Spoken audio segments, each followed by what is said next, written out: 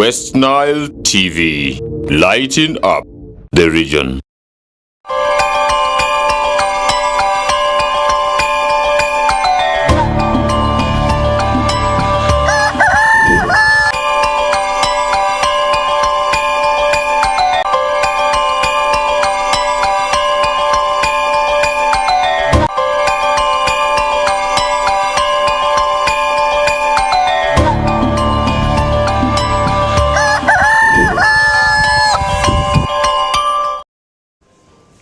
Right, a bright morning right from Aurora City, where we did witness rains yesterday, and I know those who have been planning to plant, and definitely this must be today excitement. And for those who do not also really want the rains, definitely it shouldn't also really be to their need, and that's also really where I want to welcome and take this opportunity now to welcome whoever also yesterday received the rains in good faith, because it was a sign of blessing, I believe, to the Man City fans and the teams that do not like Arsenal, and then it was a source of misery also really, I believe, in the same way to the Arsenal fans who have been waiting and maybe to sit also Spurs a bit. That's Man City, but most likely it couldn't have gone there. This may be to their wish, but as really we are here to begin this discussion officially, as we put what is maybe in one of sports aside, as we shall be doing that later on in the evening of the show, and that is where I will be also informing you of maybe how the games transpired yesterday. That is right from the Sometimes Uganda Premier League, and that is up to also the English Premier League, and I will be talking something small about the other leagues also really later on. But for now, let's start the discussions with what is happening that is in the world of current affairs. And today we are going to be seeing also really marriage conference that is also really commencing also, and this year we have been told the event that will be taking place, that's from the 24th of May, will be focusing on that is also phone usage during marriage and the addiction that is to phone usage, and we want to see how marriages can be protected also really, that is also just without using phones, because phones have been doing more havoc and have been doing also really more harm to families, and by also really causing fights. And this is where a man comes home, the woman is on her phone, and then a woman also wants the time for the man. Definitely the man is on phone discussing business, discussing I don't know what, but really how can we ensure that this does not also really commence and continue to go on, because phone is also really one source of problems in families today. We are witnessing domestic violence also really being very, very much caused by the usage of phones, and phone addiction is actually what will be discussed in this year's Christian Fellowship, and this is really where they will be talking that. And I really want to see how best can we ensure that we give that time for our partners. Is it right for your man also to continue using the phone up to the bedroom? Is it right for the woman to continue and carry the phone up the bedroom? That is already where we want to ask, because today we have witnessed so many issues arising as a result of that, because domestic violence continue to remain domestic violence, and this is already as a result of sometimes phone addiction, which is said to be one of the causes actually to that. And now we were asking your opinions, and we want to see maybe if you have any ideas to that. But this year, if I can be able to also remind you, the Kampala City Marriage Conference also really is set for May 24th. Will be also really focusing on reducing phone usage, and this year the event will be going on that's at Hotel Africana, and that's also really providing guidance that is to Christian couples on biblical also really issues there. And this is where I want to take this honor and now also really ask whoever is married to mean business whenever the man or the spouse is at home. Let's put phone aside. Even as much you need also to continue discussing other businesses, but we want to say when the spouse is at home, phone must be put aside. The focus must be entirely on also really and the people who have also already married you, because who have gotten married to you, that is also really where we would also really see peace reigning at home, because as you are with the man there, sometimes we also see these issues landing in trouble, because as people who have been doing other business outside, more so the Muslim community, I know, you have not been stopped. You can marry as much as you can, and this is up to the number of 4, and this is also really where we have seen people, more so marriages having issues, because as a woman, as a man, you have maybe other spouses out there whom your woman does not know, but a phone can expose that, and that is also really where we want to say, once you're home, in the bedroom, let's also ensure that the issues of phone usage is put aside, because most of the times you realize that people do not have time for their spouses. A man comes home when the woman is busy on her phone at the sitting room and the man is in the bedroom. And how will this also really, at the end of the day, affect maybe the families is also really something that I must say has been going on. This is not rumors. Phones, most of the smartphones that have come today are causing more harm and more havoc to people's families. And that is also really where we say, how can we ensure that also really the issues of phone usage does not also really disintegrate families in at the end of the day. And yes, during a press conference at Roots Restaurant that's in Kampala on Tuesday, Mr. Paul Bosson, the missionary to Uganda, a Bible also society, emphasized also really the need that is to address phone addiction and also really among couples in there.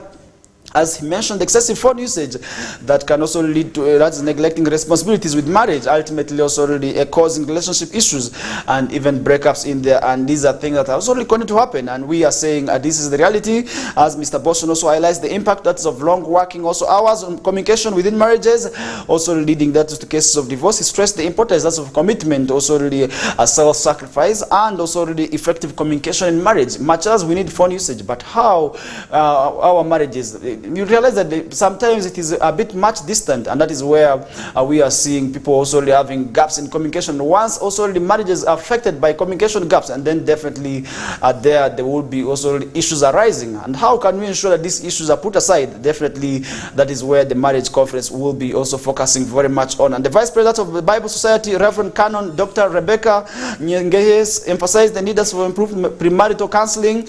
That's to also to prepare couples for marriage better, and this is also where people do not just indulge in marriage. Because if you really see sometimes where people get married, you realize that also they had to get married because they did not understand each other very well. And that's in terms of the likes of the spouses, maybe what they wish and how they relate their behaviors. But really sometimes this is where you get married, because if you see somebody is wealthy, you see somebody is beautiful, but you do not know the person's traits, and that is also really at the end of the day what results into marriage breakups. And really, how can we ensure that this does not continue to happen? And that is why I say as such marriage conferences are very good, because they help also really maybe talk to and counsel to families who are really going through a lot. And this is also really where for those who are seeing maybe your spouses having the same characters, also really of ever having time for their smartphones more than you better carry them, move with them also to this conference, so that also really those preachers can talk to them, so that also really senses can be pumped into maybe in their heads. And that is also really at the end of the day how you will be able to have peace in your families. And really, how can we also really ensure that we prepare these young girls for marriage, so that also they get to understand, because the next generation is actually where we are going to be witnessing more of these problems. Our mothers do not have much time with phones, but today where we are seeing social media becoming social media, or maybe other issues also on the phones becoming them, how can we ensure that those people who are going to get married are also really mentally and physically prepared, so that also they understand that once they're into marriage, they have the responsibility to play. They must also have time for their spouses. They need not to also really have the issue of phone addiction, because phone addiction is actually one way they will be able to sort of really land their families to one end in there. But that is something also really where we also want to see the aunties, more so what we call the sengas, the uncles, also really talk to their children, and this is also really where they will be able to be prepared. And this also really should go to the religious leaders across all denominations also to talk to the young girls out there, and more so during the time of marriage, the issue about phone must also be emphasized, because we have seen the phones also really where people may opt to have more time with their friends more than also their spouses, which at the end of the day could make their spouses feel unwell, and which would also really make them really reiterate by also really trying to also really do what we call cheating, which at the end of the day, which would also not be quite well, because if at all there is no peace in the families, what next? That is also really something where I want to put that discussion to a halt. But you as a viewer can send your opinions on to us, because this issue of phone usage, I believe, is a reality. Is it happening in your vicinities? Is it happening in the areas where you reside? Definitely you should also really share that experience with us on what you have gone through. Maybe if you're somebody who actually went through, you can still share your opinions, and I will be able to to go through them later on. But as we get to continue with the show, remember, so many issues continue to happen, and we are also going to be talking about this. And social media today also already is landing so many points to you. It may most of the youth who are also really after likes, also really in jail. That's also another story that we are seeing on the past this morning. And remember, also, this is not the very first time we are seeing youth also being arrested as a result of also really misusing social media. Remember, so many laws have come in place, and for instance, the Computer Misuse Act, which is already there, not also forgetting the other murder laws, which have already been there, and really want to see how best people can also really respect these laws, not necessarily also not resulting maybe into what we call also really infringing on the rights of others. Because if you are going to be misusing social media, and then at the end of the day, trust me, you are going to be infringing on the right of another person, which is also really against the law, and also really human rights also condemn that. Because really today we are seeing so many people also really misusing social media. And yesterday also the love for social media likes, we did see also where people want to become prominent. On Tuesday also landed 2 youths in trouble after they also posted a video claiming also to be behind cracking codes, that is of stolen smartphones and laptops. And remember, this is also really against the law, because today you realize that so many also issues continue to happen because people's phones continue to be grabbed. That is also really on the streets, and people also really who have been working as also technicians, we also really seeing these youths now who have also been arrested after they posted the video of themselves actually also really claiming to be behind also what we call the crackings of these phones, and that is to remove the phone, what we call the passwords, removing the serial numbers, which is really against the law. And now they have been led into jail. And this is also really where I want to say people who are misusing social media must also really be very, very mindful, because what action that you are going to be doing on the social media could be actually that one that could be landing you in trouble. And just like these youths who have now been landing into trouble, and we will definitely also say they also really must also respect also what is in place. Because really, if they know that is also really a criminal activity, then they also need to face the law. Because if at all they have been doing, because so many people continue to lose their phones off the streets. You realize that our mothers cannot today move openly with their phones in their hands. They have to hide the phones elsewhere, in the bras, they have to hide them in the trousers inside, because they know these young people who are on the motorcycles more so in a rural city where these issues have been also rising and rampant, where phone grabbings was the order of the day until recently, when the community also called themselves the peacemakers, also formed a group and also really pursued these thieves. And yesterday we did see actually something that happened where these angry community groups also really gathered at the mayor's RCC's office, and this is also really to see to that also they report. That is also really one of the officials who actually freed one of 2 suspects who were also really arrested in there. But then we did see that matter resolved amicably, and we also continue to say these people who have been arrested must be there in jail, because if at all the community knows them, then definitely the community is the right person actually to identify these thieves.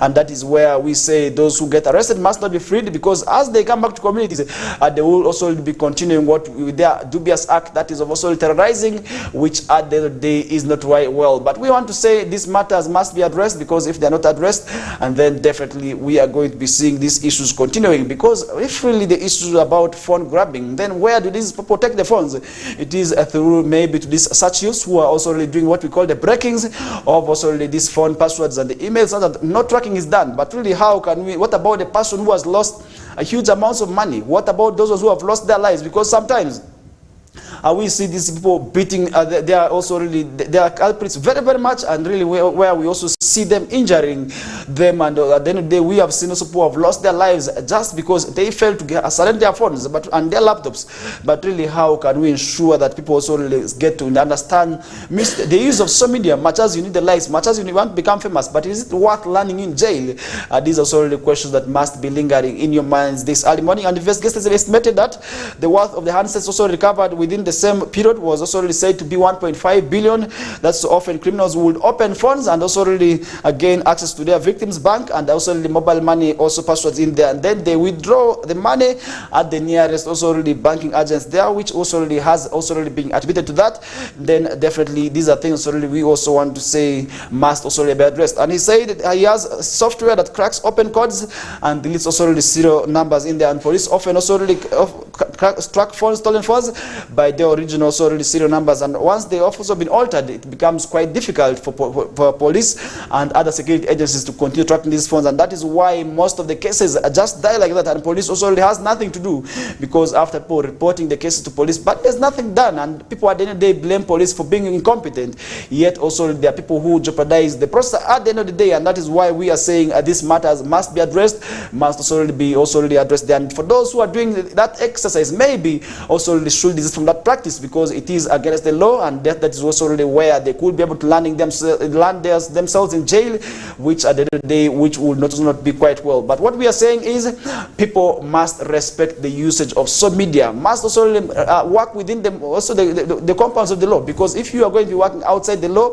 and then definitely you could be able to land yourself in jail at the end of the day, which will also really be quite well in there. But what we are saying is, as we get to continue with the show, is that people must respect the usage of social media. You must respect the other laws in place, because you are going to be posting content that could also not be quite well, and it could be quite unsuitable. That's for the society, which at the end of the day would also land into jail there, which really I want to say has been the order of the day, where we are seeing so many youths arrested today as a result of that. But we are saying what we need to do is that we must work within the law, and this is where the youths who have been arrested as victims of that must also ensure that they respect the laws in place, so that also nobody is caught off the guards.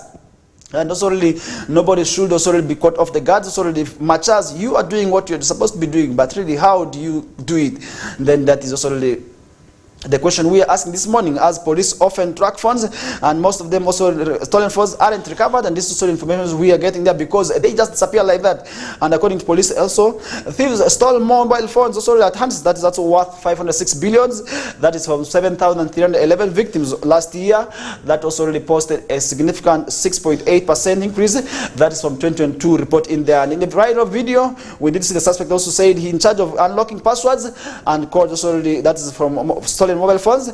Thereafter, he deletes the serial number before also the electronics also are sold. That's unsuspecting buyers. And remember, so many people who continue to buy these phones, and we also say you are the thieves, because it is you promoting the thieves. If you are buying phones from thieves, and the rest of this exercise is also already said to be there, I do not know, because really I do not also really know what exactly is happening. But we have been told that phones which are stolen from Arua often find themselves in the Democratic Republic of Congo, often also find themselves that is in South Sudan. But really, how can we ensure these phones are tracked beyond borders? So the phones that really are stolen from here can be tracked in there, and maybe phones which are stolen from there, which also land themselves in Arua city, can also be tracked in there. That would, to me, also really mean a lot, because people cannot lose a lot of monies, and also really a lot of also really resources in their phones, because today we well know that phones can do so many things, and this is also really where people's information is gathered. People also really do a lot of things. It's just not a mobile phone, not for calling alone. So many people also use the phones, that is for different activities. And Mr. Nyango said the suspect also claimed to be a student of ICT in the video, which also really has been found to be true. And this is something also really we also want to say people must desist from. And there have been several instances where people have been published information, also on social media claiming to have committed crimes, where it isn't also true in there. And last year we did see Rasto Kalenzi, resident of Lugazi Township, alleged on TikTok also to have been behind the killing of school also children. That's in Kasese, and it turned out to be that he wasn't. Also he was prosecuted for promoting terrorism and convicted also for promoting terrorism in there before he was given a light jail sentence.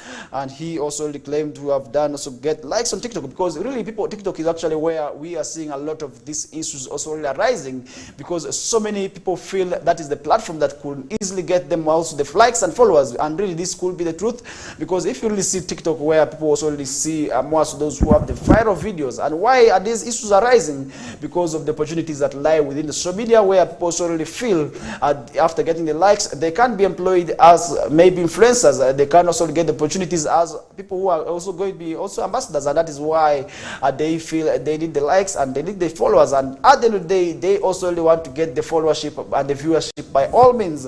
And we are saying that is also not something that should be done. You should use the right channels. We have seen people getting the likes using the right right channels, maybe advocating through prayers. We have seen this young girl who was on social media also promoting also really worship. We have seen the religious leaders doing also and getting the followership just through preaching, and that is where we also say the youth who are mostly after maybe the likes should desist from tendencies of also the misusing social media, because we have seen people also really misusing social media, for instance, in need of getting likes. Others have also gone to an extent of going very, very much bad in there through also the bad images and bad videos, and this is also where they feel they can also get the followership. But what we are saying is, much as also use the right channels, you can still get the viewership you want, and you can still also maybe reach out at that number of followership which you want. At the end of the day, the pressure shouldn't be on you, because if you are going to be engaging in bad practices, then definitely you will be able to have no option but rather also to maybe engage in such practices which to me may not be very well, and this is also really against the law, which would also land into trouble. And if you really see the issue about also this young man where he got landed into, you realize that also this is actually where issues of phone grabbing is very, very much rampant from. And if you really see snatching of mobile phones and other electronic gadgets, you will be able to realize that it is on the rise in the country, without excluding what is happening within also Western Sub-Region. If you really see the urban areas of Western Sub-Region, you'll be able to realize that issues of phone grabbing is really what is happening. And this is not a rumor, but rather what is also really happening in us, that is also really in the society. How can we ensure that we avoid this challenge? That is also really something that we also really want your opinion on, we want your idea, but you can also share with us and how we best can ensure that this matter is addressed. But really, as we get to continue with the show, you can still drop your comments in there and share with us on what is exactly happening, if at all maybe what we are discussing here is not happening in your society. If it is happening, then how have you been able to also really help the victims of those, also those who have been affected?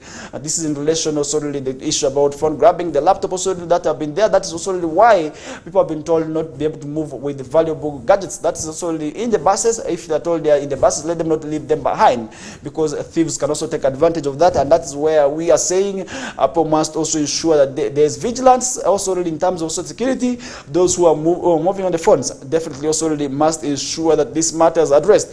And the use also captured in the viral video is also said to be ICT related, also really having knowledge there. That is Nakawa City in there, but really we did see that matter also really rising, because that video also really, that video that went viral is what actually prompted police to have a launch. That's for manhunt. That is for the suspects. So on Tuesday afternoon, both were blinking. That's behind bars at Central Police Station in there after being arrested there, because the man was just seated with also really. If you saw the video that went viral, it was posted on X, which is someone known as Twitter. The young man was just seated on a table and with his computer, and that was enough for him to also start doing his business. And he posted the video on that platform there, and what went viral. And at the end of the day, also the police had to be tipped in there, and police also had to carry out investigations on who exactly are these two youths that we are talking about. And the two youths recorded the video bragging about also how easy it is for them to crack down phones and also unlock phones in there, and also laptops before selling them to unsuspecting buyers in there. But who are those who are buying these things here? Because if you really see the video that went viral on social media, also did spark outrage, also that's public debate, also where we did see most people who have also often lost their phones, also so talking about the same matter, and really how best they need also help from that is the security agencies, where also so many Ugandans have said to have lost their phones, most especially also the motorcycles in a rural city, where these young people who move on the same motorcycles can just also identify their suspects and also pursue them until they grab their phones. This is also where we did see also in Kampala in the traffic jams, where so many people cannot be able to use their phones and their handbags, and you see a woman really holding the bag so tight, and this is also because of fears of being also be able to be also losing their phones in there as a result of also these unsuspecting thieves who move in the jams. And this is also where they also stage their activities more so in the traffic jams in areas of also the heavy maybe heavy populations, and also during night hours. This is also where they pursue their thieves, and that is why in these areas it becomes literally difficult to move more so on foot during night hours, because the thieves who are then so many groups can't be able to pursue you and grab whatever you are having. In a rural city, we are talking about several groups, but in Kampala, if you really see what is in there, we are talking about the chiefs mostly, who are the ones who move in these streets also really to look for these thieves, and maybe these people who are having their phones and really to grab them and and see that they can take advantage of them all.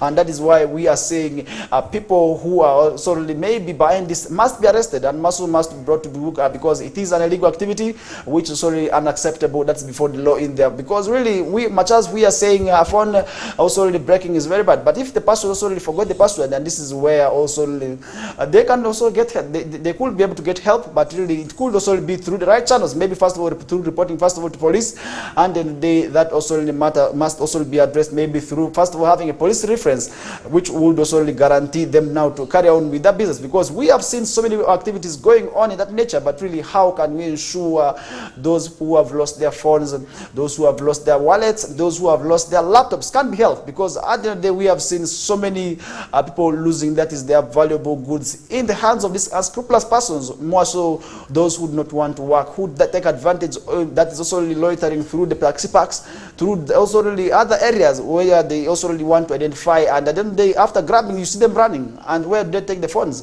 Definitely that is also really where we also want to understand, because really so many people continue to lose property, and that is where you also as a viewer can share your opinions with us. Drop your comments in there, and I will be able to read that is also really through it later on. And as we get to climax of the first hour, and this is the first quarter, where we are going to be also really running for a short commercial break, and remember our final destination remains that is 9 o'clock, and after 9 o'clock that is when we shall be having the news bulletin Liberty, and then after other programs we'll be able to follow that is in the due course of the day. And remember also really the whistle time will be coming through, that is from 2 to 3 p.m. as the movie time also will be returning, that's from 3 to 4, and there after other programs we also really will be returning, that is from 5, that's Chukuchuku, and Nalcast will also starting from 7 p.m. to also really at 8 p.m. in there, and other programs later on will be coming through, and that is also really where we want to summarize the first half of the first quarter, also really the first half of the first hour, which is only 7:30, as we get to continue with the show later on. My name is FARISH Majid. Stay tuned to the Kokoliriko live show wherever you are watching us from this early morning. It's a great pleasure having you on board amidst the chilly weather that is also really across the region in there. For now,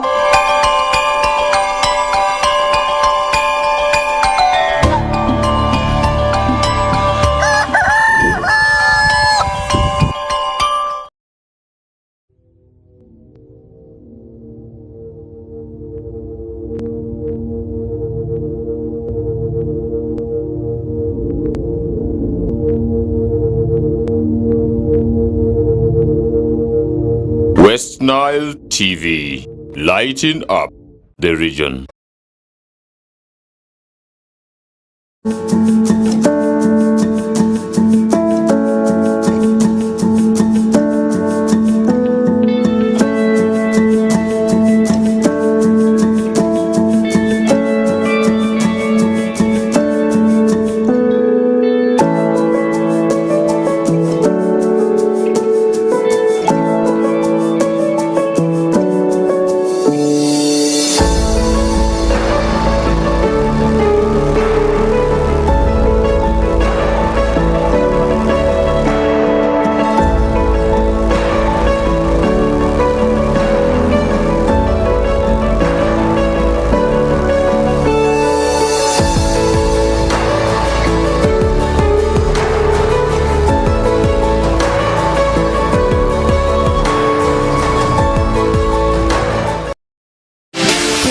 For Miss Uganda 2024 is on. Get ready to be wowed by the girls' intelligence, charisma, and big dreams. Who will be the next Miss Uganda? Find out starting 10th May every Friday to Sunday at 8 p.m. on Makulachika, exclusively on Star Times. For more details on how to join the competition, visit www.missuganda.co.ug or visit Star Times branches. The show is sponsored by VNA, LMZ, Comfom, Nanjing Hotel, Kira Motors, Sheraton, Uganda Airlines, and lead sponsors Grass Textiles and U-Home. Miss Uganda 2024, true Ugandan beauty.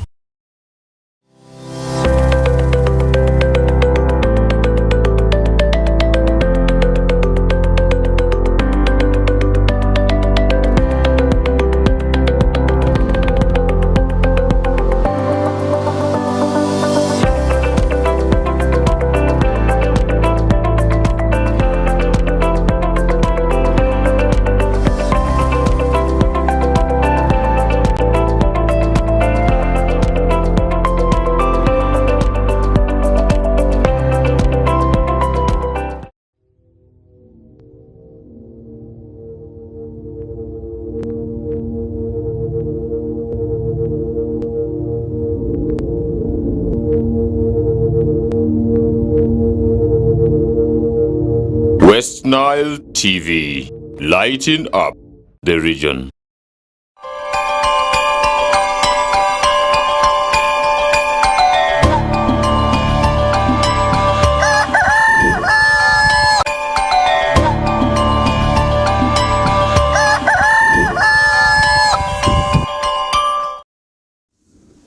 All right. Back from that short commercial breather, we are back into what we call the second half of the first hour. This is still a Kokoliriko live show on West Nile Television, channel 477 on Star Times, and across all the social media platforms where you can access us each and every morning's lively. That's from 7 o'clock until 9 o'clock. But as we get to continue with the show, remember in the first hour we did talk about phone addiction and also really how the marriage conference will be focusing. That is on the issue of phone addiction in marriages, because we have realized that this plays a significant role. That is also in disintegrating families, and really how can we ensure that this vice is also put off aside is actually where I asked for your opinions. And we also did talk about also really how two youths have gotten also themselves landed into jail. That is also really through a video where they posted also themselves as experts, also really how they posted themselves as niggers in terms of really breaking that is phones passwords and also really laptops in there, but really they have not also landed themselves in jail. And we are following up on that matter because so many people continue to lose their phones each and every day. At least there is a case reported at police where a phone has been stolen. How can we ensure that these people who lose their phones are helped? That's already something that we did talk about in the first hour. We also did talk about so many other issues but now as we come back from that commercial break, let's now look at other stories already on the past this morning, and really if at all we get to continue with them. And remember, you also as a viewer can still share your opinions on what we are discussing here. And remember, so many issues now continue to happen and maybe in the public space, and that is also already where at the end of the day we want to ensure that each and everybody is helped. And as we get to continue with the discussion now, returning from that commercial break, let's look at what is happening in the world of that is politics, where the stalemate in NUP is constitutional amendment meeting is also really that the stalemate, that is NUP constitutional amendment also meeting in there. Now that is already where we want to start the discussion off with. And remember, recently we did see also really intentions also really where rumor had it that the National Unity Platform Arua City also really was planning to stage a protest. That's really against the Speaker of Parliament. That is following her involvement. That is also in the Karamoja and shit scandal, but also information now from the office of that is also Arua City NUP also platform in there, indicates that also there is no plan of that sort. And that is where they also did clarify that that is also something that they are not planning towards, because they believe in their leadership also sitting in Kampala, who are doing already what it takes also to address that matter in there. But that is something also we did see the National Unity Platform, that's the regional coordinator Asega Bibo also responding towards that. But now as we look at the meeting also which was convened, also a meeting convened by the Electoral Commission, that's also to iron out National Unity Platform party leadership, also the constitutional amendment dispute ended, also a stalemate in there. That's also something that we are seeing on the past this morning. And despite hours of also deliberation, a resolution remains elusive. That's also really, as it appears that the matter also really will have to wait for for court intervention, other than also really maybe through the intervention of the Electoral Commission, which has failed in there. As Mr. Julius Muchunguzi, the EC spokesperson, acknowledged that the internal strife also really within NUP concerning the constitution also really was also something that also did call for this meeting in there, and he clarified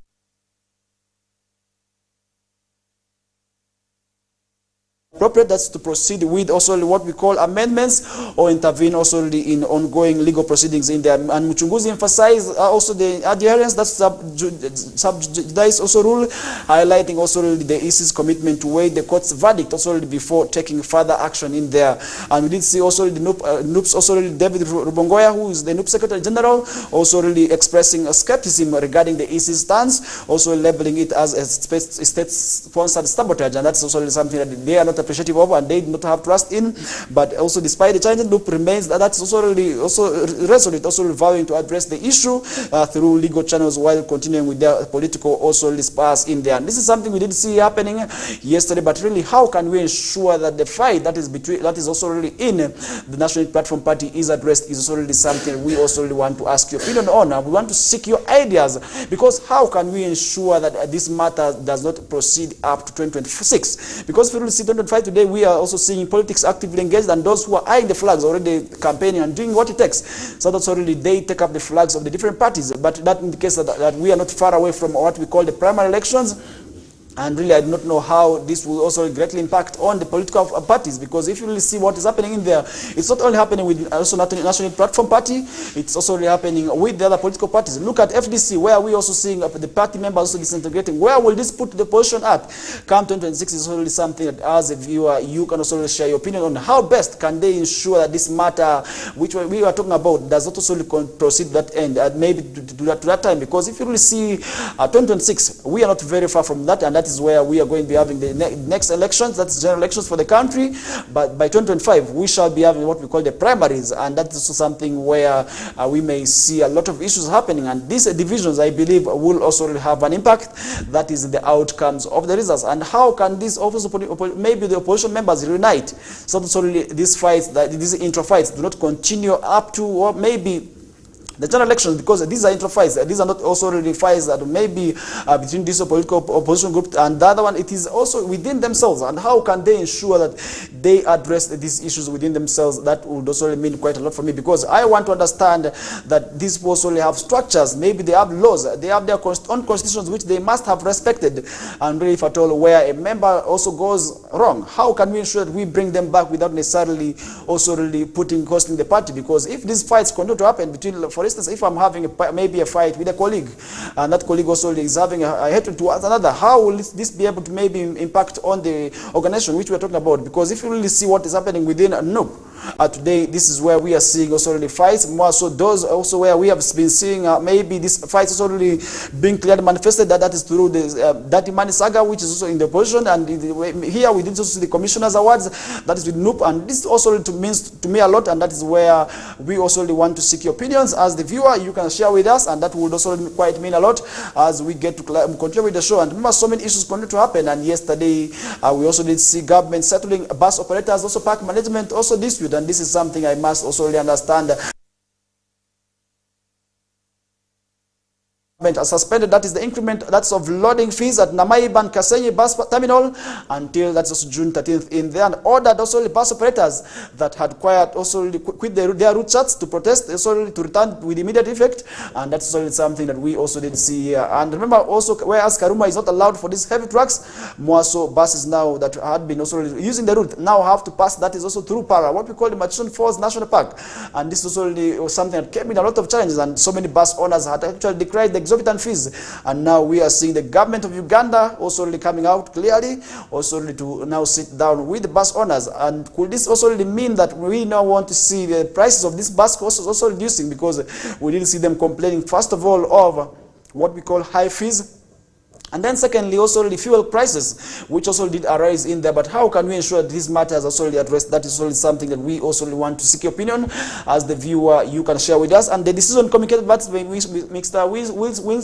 Winston Katshabe on behalf of the Permanent Secretary at Ministry of Works and Transport follows a Tuesday's also a meeting with the Uganda Bus Owners Association Executive and the management of Namaiba and Kasenyi bus terminals in there. And this is something also we did see happening yesterday, as bus operators of the two terminals in the Kampala capital last week protested a number of issues, which among others triggered by the sudden increase that is already by exit also charges, which also amounted that is 6,000 in the bus. On the ministry ordered that management also of Namaiba and Kisenyi bus also terminals also to immediately give the operators also already what we call a 1-month formal notice, indicating that the new loading fees of that is shillings 59,000 will commence. That's on June 14th. And in a meeting also the bus owners, also the operators led by Mr. John Bosco Muwonge, a chairperson of Uganda Bus Owners Association, poured the hearts also of Ministry of the ministries accusing management of the two terminals of unilateral also increment of the loading fees. And this is something I must say, for those who are traveling these buses, you will be able to also really feel the pinch, because loading fees, definitely if there's an increment, then definitely the luggage that you could also be moving in will also be charged at a higher cost. And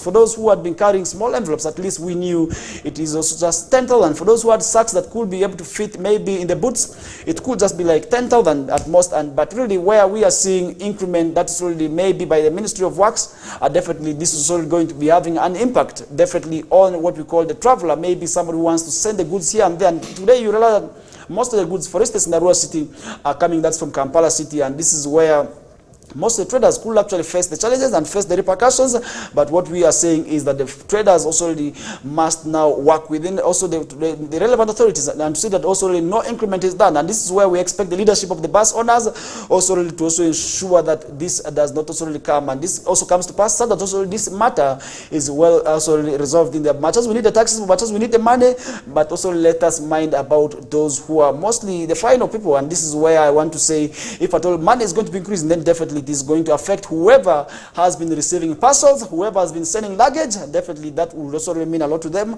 because definitely that is also going to have an impact on them. And the ministry ordered the bus management of Namaiba and Kisenyi bus terminals also to immediately give the operators a 1 month. And in a meeting also we did see yesterday, bus operators led by John Bosco Muonge, the chairperson of Uganda Bus Owners Association, poured also their hearts out. That's the ministry, and accusing that top leadership. And they also complained about increase in rent without notice, the failure to provide receipts for payment of rent, high charges of also for electricity, innumerable also number of hawkers, idlers, and also really not forgetting drunkards, as well as loading car trucks. That's in Namaiba in there, because we not expect to see trucks, more so the full lorries also loading where the buses also loading, because this is going to solely affect also maybe how the buses also will be able to get their money, because if at all maybe private vehicles will come and load in from there, that definitely will mean a lot, maybe except for these bus companies that also have their cargo trucks, where we would also maybe see them also doing that. But if not that, then definitely we do not expect maybe also the other private vehicles to come and also compete with the bus owners who are paying money, also the other taxi parks in there, maybe at the bus parks. That would also mean very, very much. And however, the government said the bus terminal also the management proved the justification for the increments, that is on loading fees and rent in there. And Mr. Paul Muwezi, the general manager that's of Kisenyi bus terminal, and also who is the group cited increase, that's also the cost of operations, including that's also the of utilities, security taxes, and also the other also obligations which they all have to abide by. And that also with the increment, that's also maybe on loading fees would also mean a lot to them. And over the weekend we did see the bus operators in Kisenyi and Namaiba terminals also already temporarily switched off their engines, that's also left the keys, protesting the 6,000 also already increase on loading charges in there. Mr. Muwezi also before the controversial tax policy, also what we call the IFRIS, which also really wasn't received well with some traders, which actually led also to what we saw, what happened with the traders in Kampala recently.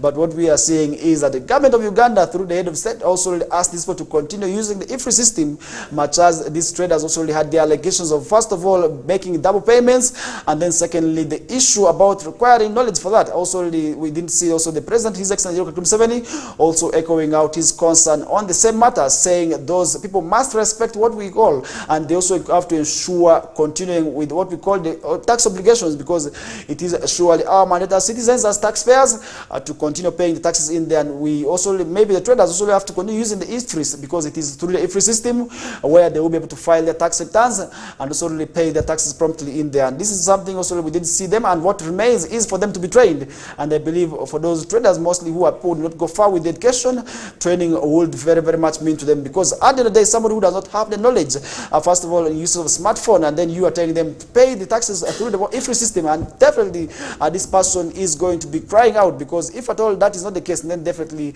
how shall they also ensure that they abide by the conditions in place? And that is one thing that also really I want to also echo out, and I also want to say must be respected, because if at all this is not respected, then definitely we are going to be seeing people, so many people be caught up, that's also already maybe in fights, which at the end of the day will also run them in the wrath of the law. And that's also where we did see operators who have been said they pay more than 1.3 million also per instake, that's also per instant bus, and also pay also 300, also 35,000 per local bus, that is to brokers also in there. And this is something also where we did see also this calling for investigations, that also want this matter be addressed. At the end of the day, that would also mean a lot to them. And that's something also I want to ask you.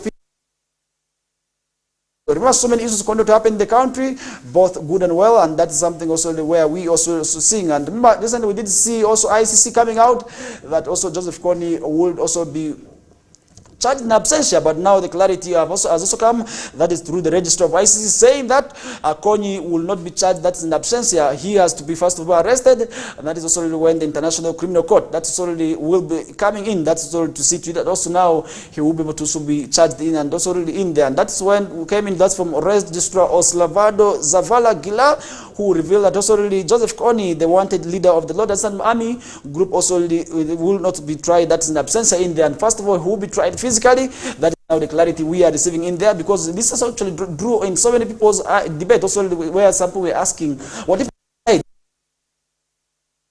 up to now, after he ran and hid in where he's said to be hiding, that is in DRC, in the parts of Ituri forest, and also where some people said he's hiding in South Sudan, but the whole information remains unknown, because up to now he hasn't been captured. And also we did see now that, and that recently came out saying that he will be charged, that is also in absentia, but now the information coming in indicates that is only through the registrar in there, indicates that now he won't be charged, that is an absentia. And he said the IC is working very hard in cooperation, that is with the state parties, in cooperation and with the government of Uganda, to arrest him for trial. And Gila also made the explanation during the 40-long-minute breakfast meeting, that is at Hotel Africana in Kampala on May 14, 2024, and that's already where we want to see the man that who have been wanted already by the members of the public for committing so many atrocities in northern Uganda be arrested for. Because if you really see what happened in Acholi sub-region, where he is from, he created a lot of atrocities from there. He left so many people mouthless, with others already having no ears, and where we were told that also he had to make these people feed on what they call their ears, and that is where, unfortunately, it is where so many people already lost their lives in there. So many people have become widows, and we have orphans who have also really become as a result of that insurgency. And today we have also seen traders who have become also poor in there, and these are poor who are doing business, and up to date they are also calling for compensation, and that's from the government of Uganda as a result of also losing their trade, also their items in the hands of also the rebel leader in there. But really, how can we ensure that this man who has been waited for the 20 years, because for over 20 years efforts have been underway to see that also Joseph Kony is arrested, but up to date he has not been arrested, then how can we ensure that he is arrested? And that is where also really we are waiting for, because we want to see this man at one point be arrested and be charged in the courts of law, which to me would be quite well. However, confirmation of charges is not a trial, and also his trial will not happen without his presence. And if the case goes to trial, it cannot also start in his absentia. That is the clarity that came in from Mr. Gila in there. And Gila said they have taken also reasonable steps. That is also to inform Kony of the charges against him. Also, he set also document containing the charges, also where he also did see that also these documents can also reach him. And in preparation for the anticipated pre-trial, Gila said also the office has now commenced the process of identifying and also are assigning him a lawyer also to represent him also and his interest during the pre-trial hearing. That's also because he is still presumed innocent until proven guilty, and thus he is entitled to legal representation. And this is also really where he has been assigned a lawyer, because our laws are very, very clear. You are presumed to be innocent until also proven guilty in there. That is also really where the courts of law have the mandate. And this is where we are saying whoever arrests a suspected criminal, we do not also want to see you rush into killing them. And that's where we are condemning mob action, because mob action remains also really a key challenge. That is also to the security in there and to the law, because sometimes we are seeing people arrested and be killed because really they have not been tried also at the courts of law. It is only the courts of law which have the right also to declare somebody guilty or innocent. And this is where we are saying, if at all, maybe you arrest a suspected criminal, first of all take them to police, so the police can also take them to court, and court of law can charge them. And this is where we are saying, for those who have also really been doing what we call mob action, which many of you call mob justice, which is really right, which is really not right, because there's no justice administered by a community. It is rather mob action. And that is also what we are saying. It is against the human rights, more so of this, maybe these suspected criminals, because they have a right to life. And this is where we are saying, much as those whose property have been stolen have right to own property, these maybe suspected criminals also really have a right, that is to ownership, and they have a right also really to the law. And that is why we are saying the law also guarantees for those who have been arrested also to be paraded within the courts of law. And this is where, if at all you arrest somebody, take them to courts of law, you do not have to take the laws into your hands, because if you are taking the laws into your hands, you are breaking the law already. The law may also catch up with you. And that is why we also want to warn those who have been taking mob action to their hands, because at the end of the day, the laws may also really turn around and also really come for you, because what you did is really against the human rights, and also maybe against the rights of these people, because they have a right also really against torture, because torture is really something that we are saying is very bad, because beating somebody is really torture, and this is really against also, that is also really breaking also what we call human rights. And that's really where we are saying people must respect all the laws in place. People must desist from tendencies of also taking the laws into their hands. So that also at the end of the day, they also have a right to also life. And that is why Joseph Kony has been proven innocent up to now. There is also much as he committed the crimes, we are still saying he's still innocent until the courts have to prove him guilty. And that is also something where we are seeing him now be assigned a lawyer, where he did receive the list of the crimes he committed. And this is also where he can come out maybe voluntarily, just like how his colleagues did, the likes of Joseph Ngwen, who are really there, and now also he can still come out if he feels he's tired in the bush. So also he can come out and also start also what we call the process of what we call also pre-trial in there, so that also he can be taken to court, and the court can also have maybe him assessed in there. And that's also really where the lawyer will be identified. That is also for legal representation in there, which will also be quite well. And the ICC issued an arrest warrant against Kony about 19 years ago, but he is yet to be arrested and surrender himself also to the state also for trial in there. But up to date, nothing of that sort has happened. And really that is also where we are saying, if at all he feels he's tired, it is time now that he can come out and that's also freely surrender himself. That is also to the state in there, so that's only he can be paraded before the courts of law. And Kony is wanted over the atrocities committed by his group, that's a resistance army group, which became notorious for abducting thousands of children also in northern Uganda, to use also as soldiers or sex slaves. We did also see also mutilating civilians. Also we did see so many people's mouths also being cut, and this is something also where I want to say happened in northern Uganda, and this also left so many people in northern Uganda unwell in there, and that is something where we shall be able to sort of keep that discussion to a close. And definitely, if at all you have anything to say, and that's also in terms of also his trial in there, that is also where we welcome your ideas very, very much. Let's get to go on with the show. That's on looking at some of the stories in here. We are having also how Museveni will be set to visit that Kenyan president. That's all to strengthen ties in trade in there, and that's something I must say is quite well, as President Museveni also is due for meeting in Kenya. And this is for a 2 days visit, also where he will be meeting that's Uganda and Kenya diplomats, and that's only where they will be discussing trade in there. Speaking on Tuesday afternoon at the closing session, that's of the second Uganda-Kenya Joint Permanence Commission, JPC, at Sheraton Kampala Hotel. Cabinet Secretary Foreign and Secretary Diaspora also Affairs Dr. Musalia Madvada said the visit also will afford also the two countries an excellent opportunity, that is also to exchange views and review also what we call the progress of the mainly bilateral and regional and international issues that is on mutual interest in there. And this is also where we expect the head of state also really to go and meet maybe the other colleague in Kenya, and also really meet other diplomats, so also really they can discuss on maybe new strategies also to see that also we also expand on the trade. Because if you look at Kenya, we have so many goods that also enter from Kenya today as imports, and we also exporting several goods that's to Kenya in there, and that means that also we also have to ensure that also issues that happening maybe in terms of also recently where we did see Kenya also stopping our maize from entering as a result of flock taxing in there also stopping. Because if at all we have what we call the mutual agreements, also mutual understanding, that would also mean at the end of the day we understand each other. We may not be able to have boundary conflicts, we may not also have disputes in trade, and I really feel such meetings also really help us, give us an opportunity to that, and that would also at the end of the day mean a lot.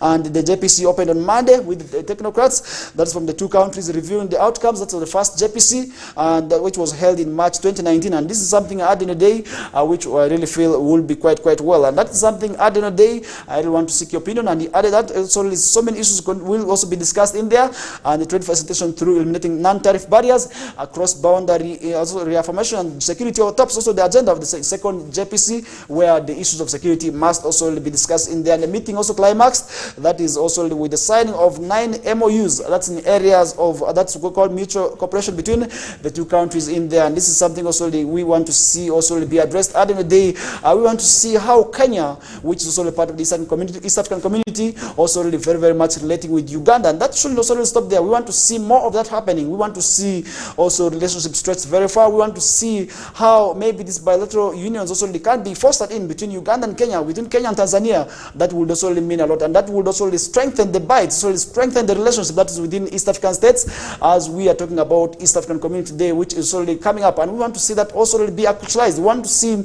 how I would be able to move that's in Kenya without also asking for visa. My national ID will just be enough, and I would also move with it just to show maybe where I come from, and that would also mean a Kenyan, maybe a Congolese.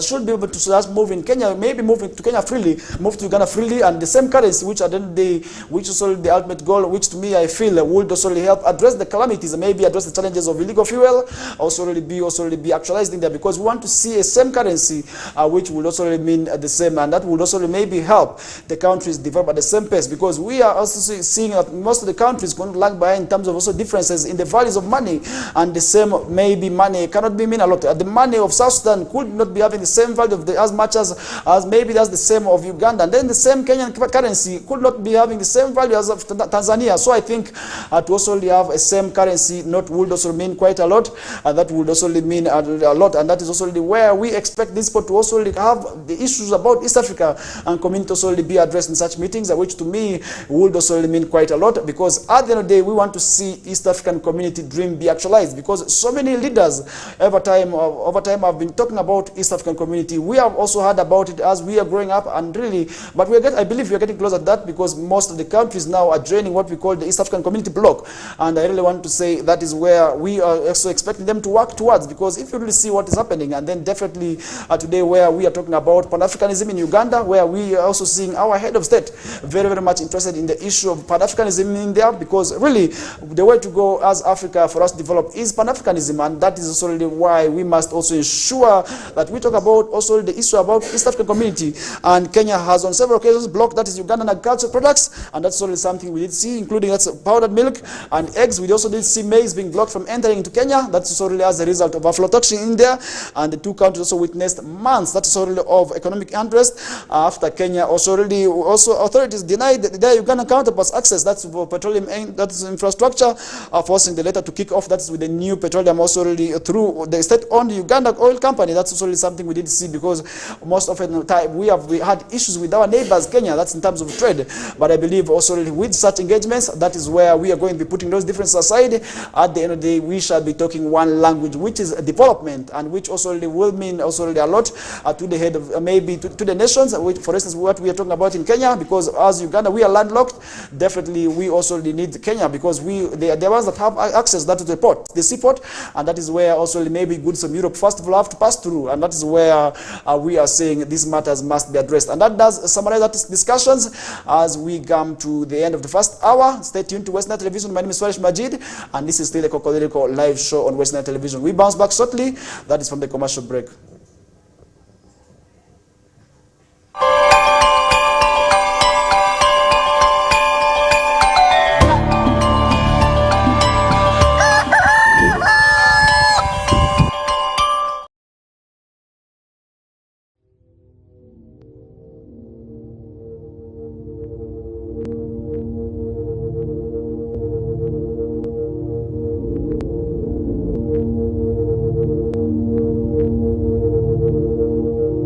West Nile TV, lighting up the region.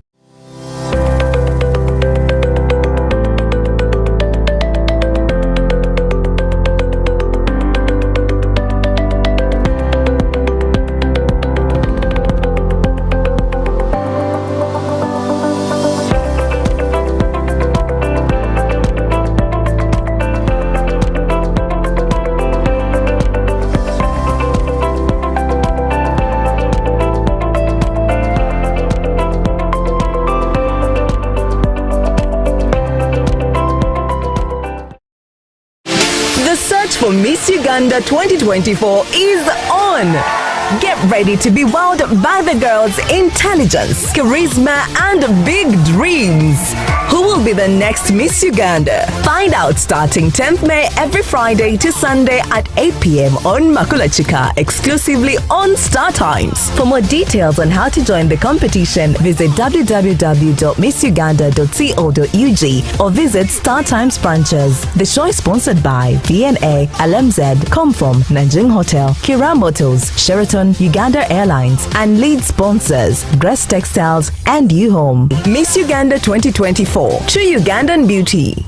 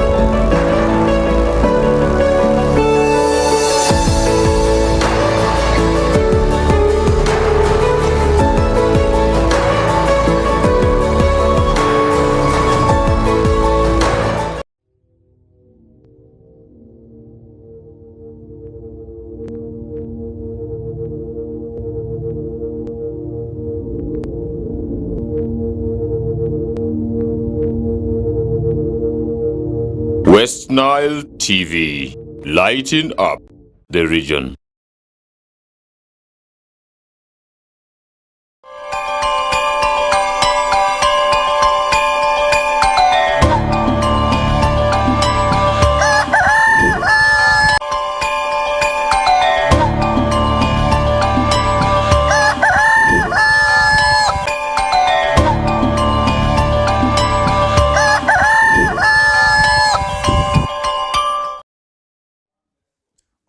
Welcome back to that short commercial breather. We are back into our second hour of the show. We are just 4 minutes after 8 o'clock, and this is still the Kokoliriko live show on West Nile Television channel 477 on Startimes and across all our social media platforms. My name is FARISH Majid.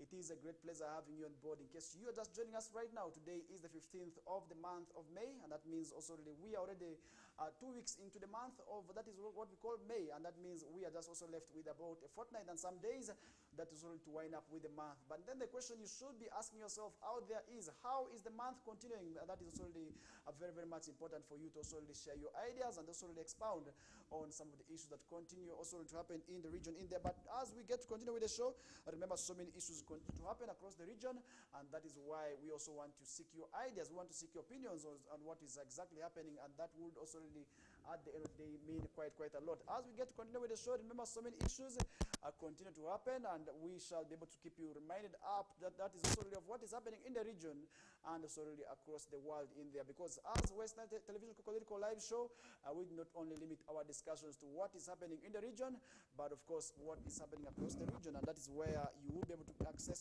every information lively and clearly only here on West Nile Television. And that is why you must be part of the show each and every mornings across all what we call social media platforms. For those of you watching us via Facebook, we also very, very much appreciate you. Not forgetting those on YouTube, we also in a similar way appreciate you, and on those on X platform, we also really as well appreciate you, and not forgetting those who have decided what we call the sometimes decoders, because so many of you are having the decoders and are now watching us lively. We say it is a great pleasure, and we do not take it lightly. For those who are watching us, that is in West Nile sub-region, you could be watching us in the Choli sub-region, you could be watching us in Lango, and not forgetting Karamoja and the entire northern Uganda. We say we love you so much. And for those of you watching also really across borders, maybe and before we get to before we even get to that, those of you watching us in central Uganda, those in western Uganda, those in eastern, we very, very much appreciate you. And not forgetting those who watch us across borders in DRC, the likes of Wachawaseme, who are watching us always in what we call Ariware DRC. We very much appreciate you. Not forgetting those in South Sudan and our brothers across what we call the Middle East, because we do understand that some of you also really watch us, that is in the Gulf region, in the areas of Saudi Arabia, in Qatar, where you always want to know what is happening way back home. And trust me, that is also really why you must always watch West Nile Television, because definitely this is where you will be able to have access first of all to information what is happening in West Nile sub-region and in the entire country at large. Because if you are outside maybe Uganda, definitely you want to know of what is happening in Uganda. This is where you should be watching maybe from, and this is also really where I want to start off the discussion right away in second hour. Remember earlier on we were talking about ICC to trial, also the trial of that is what we call Joseph Okani in his absence here there. But what we also did receive is that he won't be charged. That's already that is an absentia. We also did talk about also how Uganda will be meeting, that is also the Kenyan counterparts, also to discuss trade in there. But now the information which we have received is that also really that this will also really be going on. And now let's look at what we are talking about, census, because we cannot also really come here and leave census out, as the exercise is already ongoing, where we are just left with about a few days to come up with the end also to that exercise in there. But the question is, have you been enumerated? If not, what are you doing to see that also you get counted? That is already where we are also seeking your ideas on, because so many times we have also seen some people saying that they have not seen the enumerators. The enumerators up now have not come to their places, and I believe that is already something that you must be worried of. If you see maybe an enumerator passing via your neighborhood, please call them, make sure that your data is captured, because if your data is not captured, we may see the government of Uganda also already underscoring the population, and really that would also really mean a lot. That's in terms of resource allocation, which at the end of the day also really will be able to mean a lot. And then for those maybe those enumerators who are working in areas of also disputes, for instance, areas that have border points, border fights, please, we also want to ensure that, and ask you to work in relation also really with also the relevant authorities, because some of you may be able to land them yourselves in trouble just because you are going to do your work, which to me wouldn't be quite well, because we are seeing the scenario where some of these people are sent to areas where they did not actually understand the geographical barriers in there. But really what we are saying is, for those who are going to moving in areas which have contentious issues, please always ask for the right information, maybe where the border points stop, because we may see you in the next also maybe minutes be chased by people in there. But really what we are saying is that we must accord them the relevant environment, and also really we must accord you what exactly you want. We're not saying that you should go and eat people's food, because really what we are seeing is that we did see also really a warning that has been issued, that is also the denominators also really, and the people also really for giving food denominators, which is really against the law and also really against their will in there, because what we are receiving, people have been able to die, and an denominator who passed away, that's in the Namaingo district on Sunday, may have succumbed also to what we call hunger and stress, and this is according to information that we received from a local leader in there. But really, how can we ensure this will work without allowances? And really, as they also have to trek long distances, others have to move also the areas where the areas of jurisdiction and their areas of operation are said to be far away from their homesteads. And really, what does that mean? Maybe to the kind of exercise they're going to be doing, and that is one information we are receiving, which is quite sad, as Anet Tibiwa, a resident of Mulombi village in Mutumba sub-county, collapsed on Saturday and was rushed to a nearby medical facility where she was also pronounced dead the following day. And that is according to information we received from Namaingo district census officer, and that is Mr. also Martin Mangeni in there. But really, how can we ensure these people go to work without also really having something that they eat for themselves? And also coupled with stress, because stress remains a great factor that is in the minds of so many people today. But really what we are saying is that really, how can you ensure that you really have yourselves protected from what we call stress? Because stress is really a great challenge, and it is a reality which many people are today going through. But really, how can we ensure that also these issues are helped? Because really, the issue of stress remains a great challenge, and this is also already a reality. It is not a rumor, it is not a lie, because these people are doing their work, and it could be true, because she could have died as a result of hunger and stress as alleged. But really, how can we ensure this matter does not happen today? Maybe the other enumerators who are just remaining with about 2 days or 2 to 3 days to ensure that they get done with their work, and that would also mean quite well. And remember, the exercise didn't start on well, where we did see the 9th and the 10th and 11th perhaps also already being wasted in there because of the faulty gadgets. And then are we going to be seeing an extension? But recently we did see also information coming from UBOS in Kampala indicating that also really that would also only be possible maybe for Kampala and other areas. But really, why don't those them ensure that the whole area, maybe the whole city, is also really incorporated into that? And we want to see also really each and maybe area of each and every area be also really elongated in there, because the days have not been quite enough. And this is where we did see the exercise will be running for 9 days, 10 days, that's from 9th of May until that 19th. But we are seeing also that day also already the 2 days being wasted in there. But who is to equalize for these days, and what will that exactly mean to them? Does that mean that also already the enumerators have to now ensure that they do double work in the remaining days, so that also already they also help compensate and also recover the missed days in there? But that is also something at the end of the day we also want to see you both also clarifying on, and we are yet following up on, and see how the excess will be able to also end in there. Miss Betty Nabwire, the Mutumba female district councillor, says the deceased had earlier also complained of headache and general body weakness before she collapsed in there. But really, we want to also really ask maybe the people of that area also really to also really ensure the well-being of the enumerators, and this should also go as a sound warning to the families. If at all you have people who have also been working as enumerators, please do not allow them to leave for work without food in there, because sometimes they do not have the allowances really, which becomes very difficult for them, and they do not also really have tea maybe at where they're going to be doing their works. And this is where we are saying they must also really ensure that these people's welfare is well catered for, and this is also really where we must ensure we give them tea. And this is where the mothers, the aunties, the sisters, and the enumerators themselves, first of all, must also ensure that they take tea first, maybe using sweet potatoes, maybe taking bread, so that also when they're going to their work, there's no issue of hunger, there's no issue of stress, which at the end of the day would mean quite a lot. And this is where I also want to advise each and every enumerator out there now to always ensure that they abide by what we call food, because if you not eat food, then definitely you may collapse. And if you collapse, it may lead to death, and which will not be quite well. And the distance also, this boat trek is really quite huge, and that's what we are also really seeing. And these people have also raised their plight, and the Uganda Bureau of Statistics has embarked us on the National Population and Housing Census Exercise, which is of 2024, and this is already where we did see it commencing on last Friday, amidst shortfalls that's already of basic logistics. And the enumerators and also supervisors in several areas are yet also to receive their training allowances, and which they would also really use, that is for their own activities in there. But up to now, so many of them have not yet received the money, and what does that exactly mean also really to those people out there? And Ronald Ojambo, also really, we did see him also really, an enumerator said because he has not also been paid, his allowance has also been, and other colleagues are working on empty stomach, and also really yet they are required to cover at least 10 homesteads, that is also really per day in there. And this is also really something we did see happening, and this is also where we have seen also really raising their concern on. And then another enumerator who spoke to us on condition of anonymity said for the past 5 days also really, he has failed to hit the target, because most of the adults, meaning of most of them, spend close to hours also interviewing them, and that's also really where they find it difficult. And he described the exercise as tedious as they get to do their work. And in Busia district, the enumerators also really, we are only given tablets without other basic requirements, like what we call umbrellas, which is also for brand identification.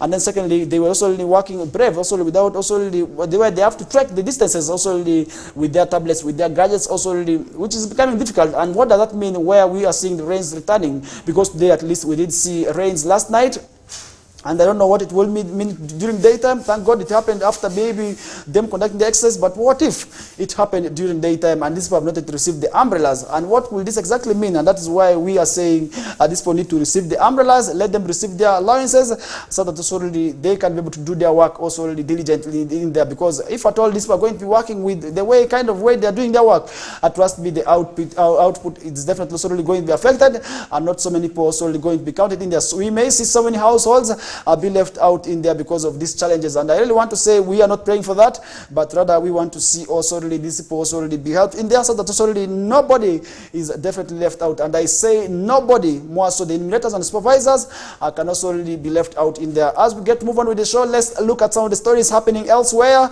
And now let's move to Sorere, where fishermen are clashing over usage of illegal fishing gear in there. And that's also another story we are seeing on the path this morning.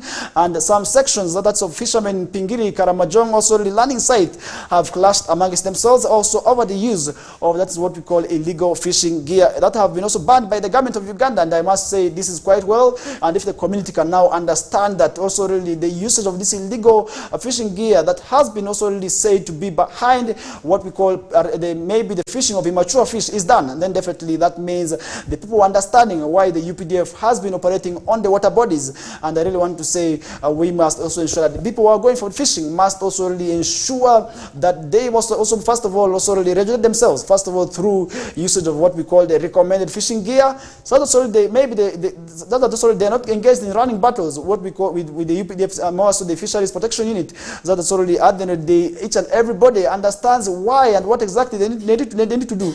And that would mean a lot. And that is something else we did see yesterday, as the fishermen also really had a clash amongst themselves, and we did see that happening. And the fishermen using that recommended also fishing gear, and the boats solely accused another group within the landing site of defying the government also orders that exhibit also they prohibit the use of also what we call of illegal fishing nets known as the kokota, and also along the shores of Lake Kyoga in there. And this is something that we did see happening. And Lake Kyoga is also one of the landing sites, and also one of the water bodies that is also producing fish. That is also for the entire country, where we do also see sometimes the fish moving from Lake Kyoga also up to our markets in Arua, up to South Sudan. And that is where we also must ensure that the fish species more so that are currently on the water bodies are protected, because if at all we do not also really use the recommended fishing gear, we may at the end of the day see the fish, maybe species also be put at risk, and the threat also really that's of extinction, which would also really mean quite bad, because at the end of the day what will the next generation feed on? Because if at all we are engaging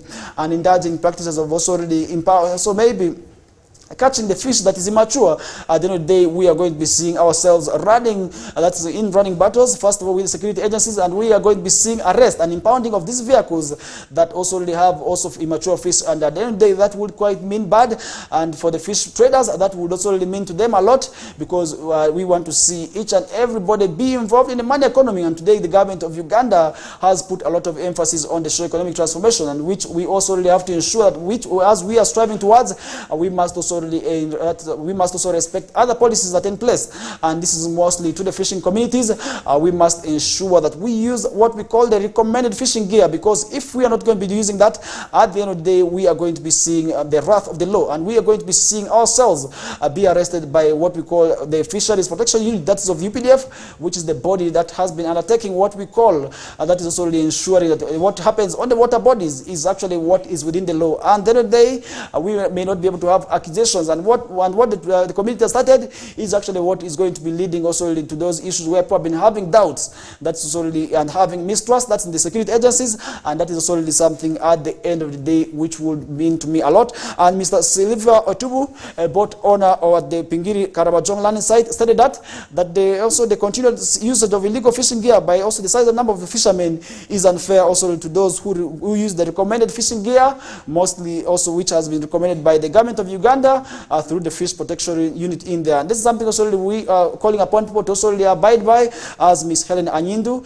the LC5 chairperson, that's also LC5 councillor, that's also representing Pangiri, also expressed concern over the actions also really of those who have been using illegal fishing gear, and also really states that also that undermines also really what the state is calling for, and therefore they must also really ensure that they work within the confines of the law. As Mr. Christine Tukei, the chairperson that is of a Fish Protection Unit at the Pingiri Karamajong landing site, highlighted the challenge also posed by the local politicians who support illegal fishing activities in there, where that also really has been promoting that what we call also the illegal fishing in India, and that is something at the end of the day which also really mean very, very bad in there. But what we are saying, people must work within the confines of the law. If the laws also recommend what we also want to see on the law, definitely we have to run for that. And if the law also prohibits some maybe sort of also assortments, maybe fishing items, we must also really ensure we also really stop using them. And then that would also really, first of all, mean a lot to our fishing in the industry, which at the end of the day, which is also employing so many people, because we have so many people who are employed indirectly and indirectly, that is also really through fishing activities in there. But what we are saying is people must ensure they respect the laws that have been laid in place, so that also really the fish that is there can be preserved for the next generations, as Ms. Christine today also stated in there, and that also really posed a lot of threats in there. We did also see Ms. also really Helen Adoa, the State Minister for Fisheries, also urging also the fishermen to use the lake responsibly with the preservation and the future of the lake's resources in mind, and that's also something we did see in there. And she emphasized that also really it is often those that use illegal fishing gear who make false allegations of torture, and also really she added for cooperation also really with the Fish also Protection in there, so that also really each and everybody can work together. And that is something also really at the end of the day we did see also really Deo Kato, the commander of the Fisheries Protection Unit, that in Serere district, also really emphasizing the importance that's of also really work in protecting Lake Kyoba for future generations, and he refuted allegations of also torture, stating that the primary goal is to protect and promote also the fishing industry at the end of the day in there.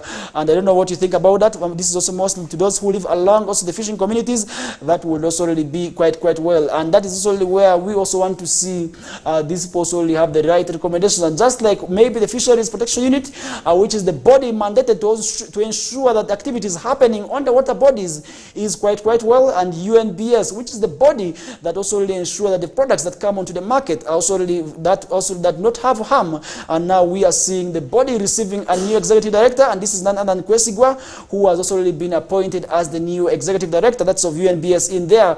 And we are now seeing news also really of Dr. also Engineer James Kwesiga, that is what a name, which is quite a bit difficult, also really who has been appointed as the executive director, that is of Uganda National Standards Bureau, and that is the body mandated to ensure that products that emerge in the market are also really those that are really quite well. Engineer Kwesigwa, whose term of office also really started also Monday, May 13th, 2024, also replaced, that is Dr. Livingston Ebiru, who served also really at the body as the executive director at the HEM, that is from May 2021, that is to July 2023, and this is something also really we did see happening in yesterday. And Dr. Biru, who also served as the Bureau as deputy director, also executive director of management and financial services, a position here that is for 9 years. That's from September 2021.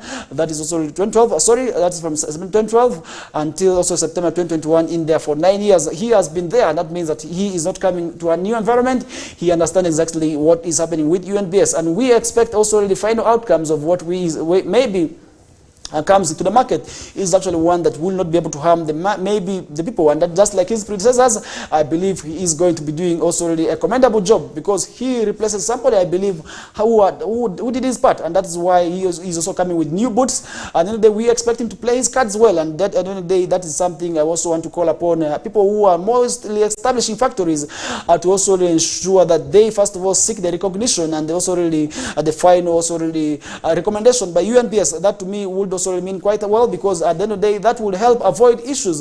For instance, what we did see happening with the City 5 local gene, which killed so many people in Arua City, Arua District, in Madiokolo and other areas, and I believe such issues will not be able to arise if at all we also maybe have the team to work in place and also ensure that products that emerge in the market are first of all the ones that really are well recommended, and those that also really have maybe passed the limits and also really passed the standards, that those are set by the UNBS body in there. And that's something I really want to welcome in for, and we welcome him on board, and we congratulate him as Western Television upon that. And Engineer Kwesigwa is an electrical engineer who has also had an illustrious career with multinational corporations and private also and public sectors in there, spanning over decades in leadership and also the strategic management of expert term in science, technology, and also the innovation standards, and also the infrastructure industry in there. And prior to that, to his appointment, Engineer Kwesigwa was serving as the Director of Science, Technology, Innovation and Education by FESTA, that is at the Ministry of also Science, Technology and Innovation in Uganda, where he also served as the Commissioner of ICT Infrastructure Development at the Ministry of ICT and the National Guidance. That means that he is coming with a vast experience, which also really we want to see him exploiting and also really expanding also really on the activities of UNBS, which to me at the end of the day would mean a lot, so that already our products can also really gain international recognition, and also really we want to see our products competing, that is in international markets, and that is already where we also want to see UNBS now also really doing that. That is also really at the end of the day, I feel if at all we abide by that, then definitely that will be a reality. However, he talked at the statement on July 20th saying that he had made it out of anger in there, and that's something also we did see happening, and we are going to follow up on the discussion, and that is also really where also we want to see that happening. And as we get to continue with the show, let's now look at some of the stories happening this morning. NPA wants also data law to criminalize withholding information. That's also another story we are seeing on the past morning. And really, we also want to say the officer in charge, that's of Park Central Police Station, Mr. Alex Nwamanya, while addressing the community, that's of Bukonyoro village, that is in also really after the corporation, say the police also had commenced investigation to the matter, where also we want to say people who are also really hiding information should also desist from that tendency, and that is something at the end of the day would also really land them into also really what we call criminal activities. And the executive directors of the National Planning Authority, which is abbreviated as NPA, Dr. Joseph Muvawala, says Uganda needs to adopt a data law which also really prohibits also people from holding information, which because sometimes, most of the times, we have people who do not want to open up information. And with the National Police Census exercise, we are already seeing people who are jeopardizing the exercise. And recently we did see what we did see our RRC calling cult leader also really saying that he came from God and there's nobody who should count him and there's nobody who's going to count him.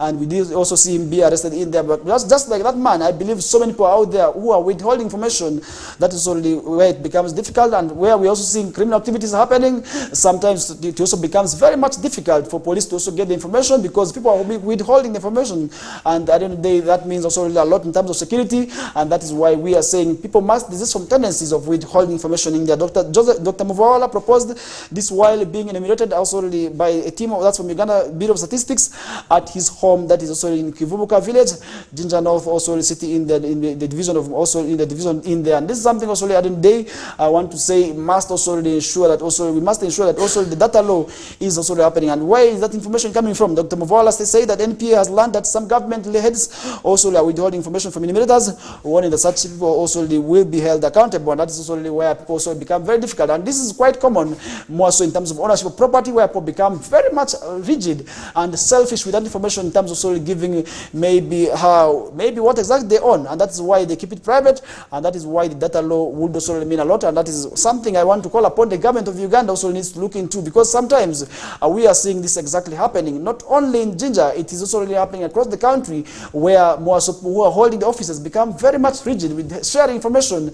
They do not want to also give information, which at the end of the day means a lot. And he emphasized the need that's for the heads of government bodies to share information also with UBAS enumerators. And this is also something where we are seeing some government officials also really hiding certain information also really with the ongoing census exercise. And at the end of the day, that would also mean quite a lot. And the principal statistician that is in the outreach and quality assurance department of Jinja, also the UBOS in there, Mr. Emmanuel Menya, said they have also not registered any crime or any attack on the enumerators in there, which is quite well. And that is also something added there. And I believe in Arua City, we have also not registered any case of that sort. But as we get to move on with the show, remember, this could be happening maybe elsewhere, but what we are saying is people must desist from such tendencies, and that would also mean quite a lot. And as we get move on with the show, remember, so many issues continue to happen, and we are seeing also an ex-security guard arrested over also illegal possession of what we call the army uniform. But where exactly did he get this uniform from? And this is the question also we are asking ourselves. And what exactly was he using it from? And these are the people whom we are seeing terrorizing society and also doing what we call the broad day armed robbery activities. And that is why people who are actually trained with the guns must be ensured that these people who are recruited are actually people who have soul minds, and these people who are not of maybe criminal activities. And that would also mean quite a lot, because we are seeing sometimes also most of the criminal activities that are done by more so people who are taken to be in uniform are being done by people who have also really have an association and a connection also really to what we call the security agencies. And now we are seeing a police, maybe security guard also really having with the gun. And why is it that security guard is only coming up with this issue? And remember recently we did see also really one where they did also the attack, and the security guard, where a bank was attacked, the security guard was suspected, and this is also really where a bank also really was attacked. And this is something I must say happened to Equity Bank, which was really quite unfortunate. But really we are saying, how can we ensure that these people also really are the right people who are actually employed? Because if at all this happens, and then definitely this also really continues to happen, and at the end of the day we are seeing this people attacking innocent people, how do they get also access to these army uniforms? Because if you really look at the army uniform, this is something that people do not want to play with, and most cases people do not actually want to come with closer to people who are in uniform, and that is really why it becomes very, very much difficult. But how did this man get the courage of also really going to actually pick the uniform and don it on? This is where it becomes very much difficult and becomes perturbing. And this is where we did see police in the Park district who have arrested a 24-year-old former private security guard on allegations of theft of cattle and legal possession of government stores. And that's something we did see happening there, as Jasper Ebong, a resident of Bukakoro village, that's a Loro sub-county, in a Poi sub-county in a Patch district, also really was arrested alongside his 37-year-old alleged accomplice, also really identified as Mr. Benon Ribeiro, by members of the community at the time also really of arrest on Monday. The suspects were allegedly found in possession, that is, of 3 stolen heads of cattle. That's in a Park district where they also did got arrested in there. And that is also really something where we want to also really seek your opinion on as we come to a closer of the first half of the second hour. This is still the Kokoliriko live show. We are 30 minutes after 8 o'clock, and this is the show which will be taking us through up 9 o'clock. For now, let's first have this commercial break as we bounce shortly.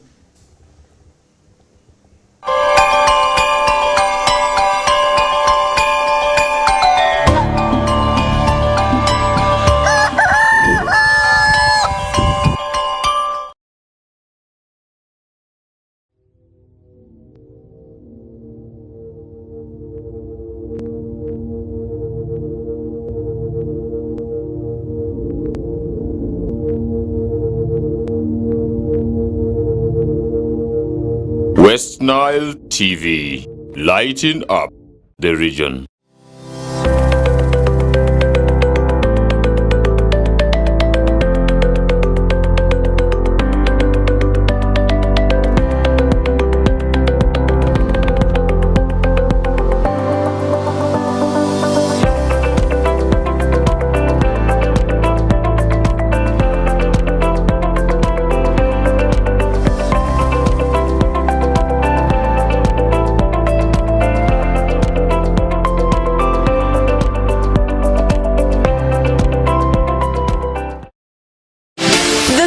for Miss Uganda 2024 is on. Get ready to be wowed by the girls' intelligence, charisma, and big dreams. Who will be the next Miss Uganda? Find out starting 10th May every Friday to Sunday at 8 p.m. on Makulachika, exclusively on Star Times. For more details on how to join the competition, visit www.missuganda.co.ug or visit Star Times branches. The show is sponsored by VNA, LMZ, Comform, Nanjing Hotel, Kira Motors, Sheraton, Uganda Airlines, and lead sponsors Grace Textiles and U-Home. Miss Uganda 2024, true Ugandan beauty.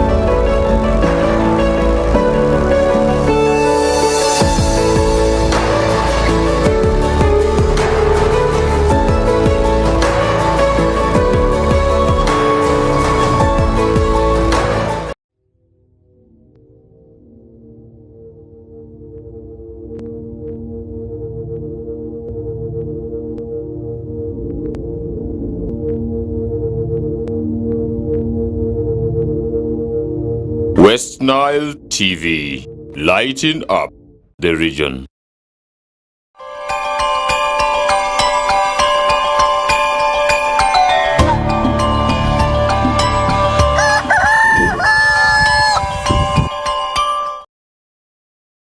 Alright, welcome back from that short commercial breather. We're already getting to the climax of the show, and remember, so many issues continue to happen in the country. And if I can briefly maybe remind you of some of the stories that could have happened in your know and maybe in your absence, and that is why the Kokoliriko live show comes in each and every mornings right from 7 o'clock until 9 o'clock, where we give you analysis, where we give you detailed also information and also of what is happening in the current affairs. And this is through the different papers and different platforms where you should also be part of, because we are here to do that for you and keep you informed, and that is why the Kokoliriko live show is there for you. And now let's look at some of the stories. And remember, issues about the opium goats have often been there, and now we are seeing also in the stories this morning that all the opium supplied goats to Karamoja sub-region died. And this is the story that we are receiving on the this morning. I don't know what you think about it.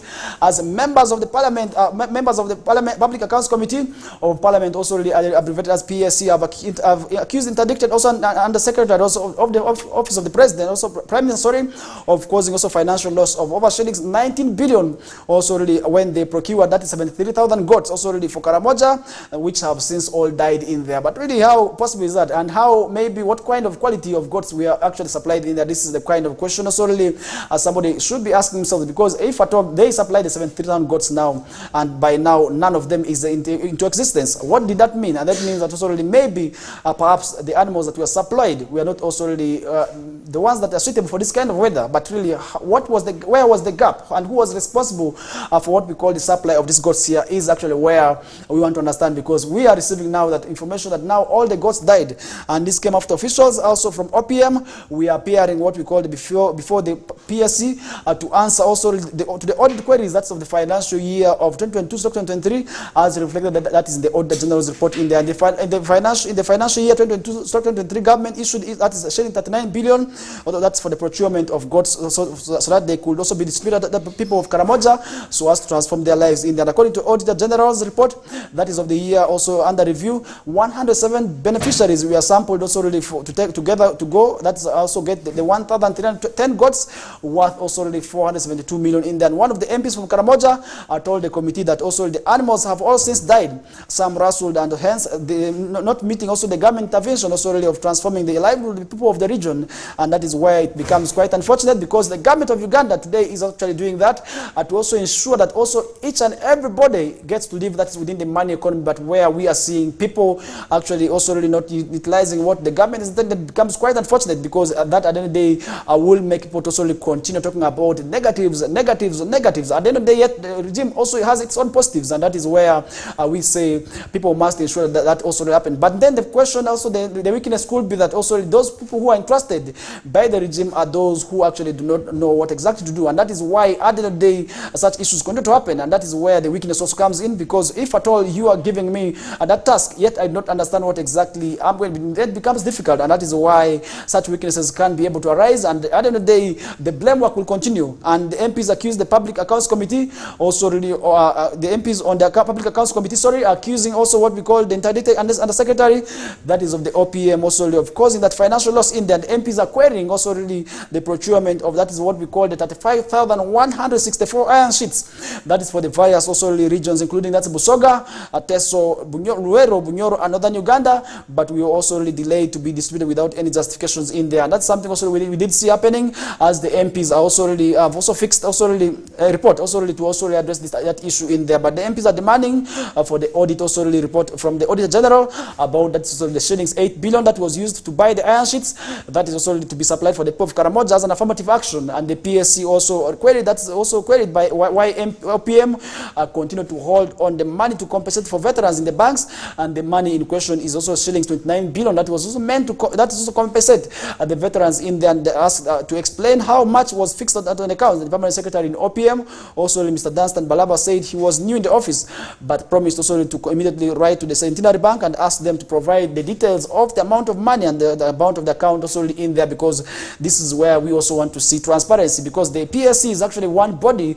of parliament that is also really one of the committees, I must say, is doing quite a commendable job. That's in terms of also really ensuring that there's transparency and honesty, not forgetting integrity in what we call the public service, because if people are holding the public service offices, then definitely there must be the issues of transparency, and people must ensure that the bit of transparency is well monitored, because if people are going to also really see that, then we are going to be seeing issues of that nature rising. For instance, people also the supplying goods that cannot even live and maybe survive the environment, and that is why it becomes difficult, and that is also really maybe a reason as to why we want to ask if at all these posts actually assess that, then definitely if they did so, what happened, where did the weakness come from?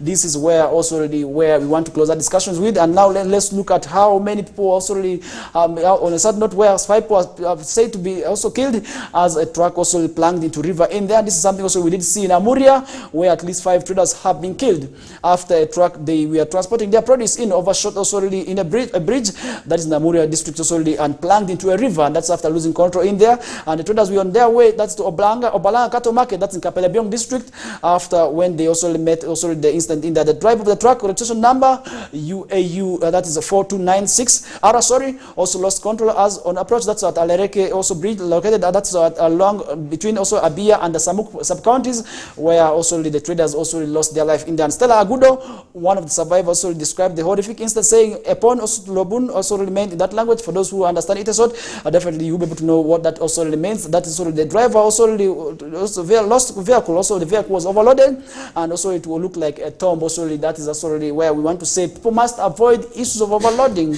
and overspeeding, which have often killed so many people in this country, which to me also should be addressed in there. And according to Agudo, the accident occurred that's at around 6 a.m. along that's the Soroti Amuria road in there, and she said also the victims also were buried also really by their bags, and this is also where as they were loading the produce, and the produce also really fell onto them, and that is where it became difficult for them, and mixed with water, and you know how water also becomes very difficult, where the produce also becomes very difficult for them to be helped in there. But we did see also survivors being retrieved in there as a result of that accident there. And Agudo said 5 of our colleagues died on the spot while drowning in there after drowning in the water, while 3 others were critically injured, because if you are captured in there, and remember you are struggling to also move, at the end of the day you will be able to also lose your life in there. But that's a quite sad one, and we pray for the souls of these departed souls to rest in eternal peace, as also really we also wish quick recovery to those who survived the accident in there. And as we get to climax of the show, at least 4 people have been arrested over gang raping. Oh, that's a 43-year-old on a sad note also still. But really, how do you arrest, how do you gang rape somebody who is 43-year-old? Really, this is quite unfortunate, and that also tells us where the society is going, and that means that also really the society is getting rotten. And this incident happened in Oyam, where police in Oyam district are now investigating circumstances under which surrounding that mysterious death of a 43-year-old woman who was also really said to be gang raped in there. And also the deceased that is identified as Betty Achio, a resident that's also really Wangabulo village, was found hanging on a tree, or that's a Dere primary school in the same area. It is also alleged that Achio, now deceased, had recently returned to her parents' home after also really divorcing her husband in there, with whom she had 5 children. And locals also really say the deceased had been struggling also really with excessive alcohol consumption. And that's already something we did see happening in there.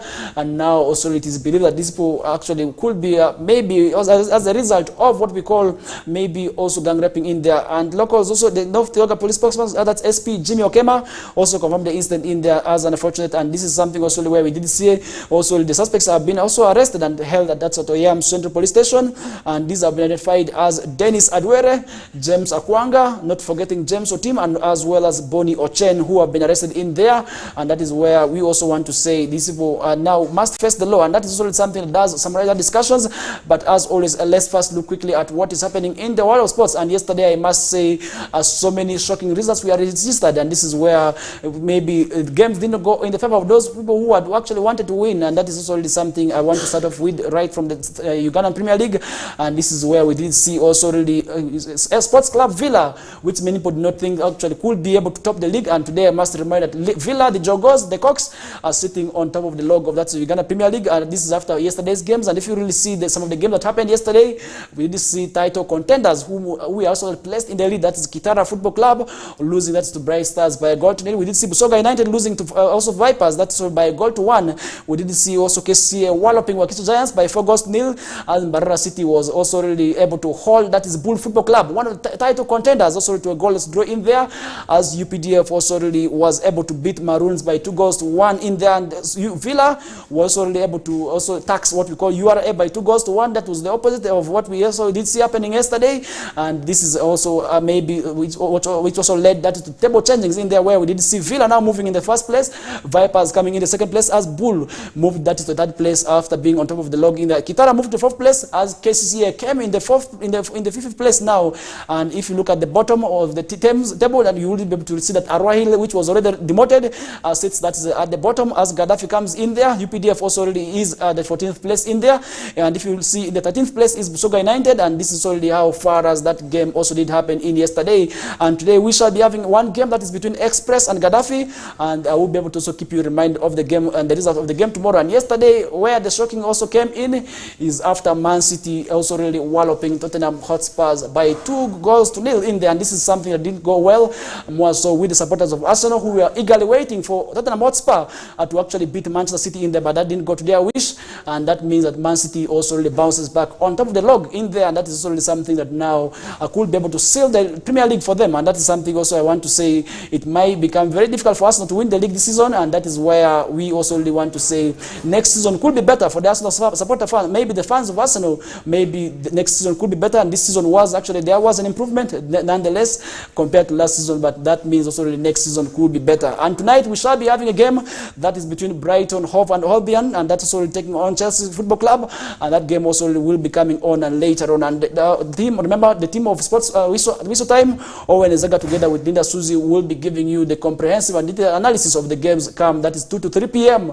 and that is where you must make it a must watch, and that is all to be part of that show in there, so that already you get exactly what is happening in the world of sports right from the region and internationally in there. But for now, I want to stop here as I pave way for the Elders News team. As clearly reflected on your screen, you can see Mukulia Lawrence. He is already here to also really give you what is happening in the world of news. That is starting from 9 o'clock. For now, I want to stop here and say goodbye. Have yourselves a great day, and that is also really where we shall be coming back tomorrow for the same discussion, same time, and the same show on Western Television here. I'm out.